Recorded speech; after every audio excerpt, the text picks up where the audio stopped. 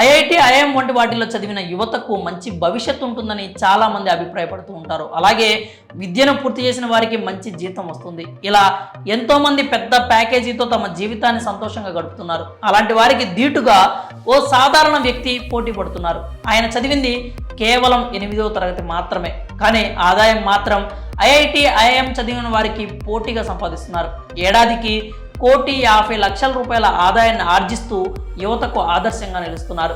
ఆయనే గుజరాత్కు చెందిన ధర్మేష్ భాయ్.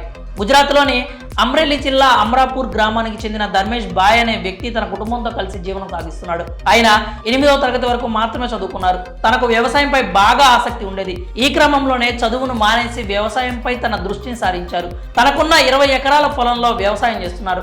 ఎంతో నిబద్ధతతో పనిచేసిన ధర్మేష్ భాయ్ వ్యవసాయంలో అద్భుతమైనటువంటి విజయాలను సాధించారు. అతను 20 ఎకరాల భూమిలో మిర్చి సాగు చేసి గణనీయమైన దిగుబడిని పొందారు. వ్యవసాయంపై తనకు తెలిసిన నైపుణ్యాలను ఉపయోగించుకుంటూ మిరప పంటను సాగు చేశారు. అంతేకాక తానే మిరప పొడిని ప్రాసెస్ చేసేవాళ్ళు. అనంతరం ఈ మిర్చి పౌడర్ను తానే స్వయంగా విక్రయించేవాళ్ళు కూడా. దీని ఫలితంగా అతని వ్యవసాయం ద్వారా 1,50,00,000 ఆదాయాన్ని పొందారు. ఈ ఏడాది అన్ని ఖర్చులు పోను 90 లక్షల వరకు సంపాదించారు. ధర్మేష్ తనకున్న 20 ఎకరాల్లో కశ్మీరీ మిర్చి సాగు మొదలుపెట్టారు. వినూత్న సాగు పద్ధతులతో ఏడాదికి 60,000 కిలోల దిగుబడి సాధిస్తున్నారు.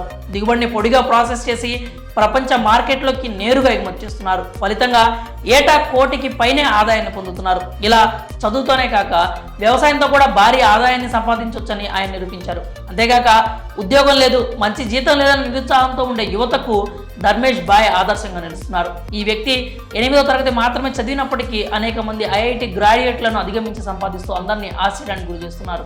అంకితభావం, వినూత్న వ్యవసాయ పద్ధతుల ద్వారా అతను తన పొలం నుంచి 90 లక్షల వరకు వార్షిక నికర పొదుపును సాధించానని తెలియజేశారు. అన్ని ఖర్చులు పోను 1,50,00,000 పైగా ఆర్జిస్తున్నట్లు ఆయన తెలిపారు. తన 20 ఎకరాల భూమిలో ప్రతి సంవత్సరం సుమారు 60,000 కిలోల మిర్చి దిగుబడి వస్తుందని అతను తెలిపారు.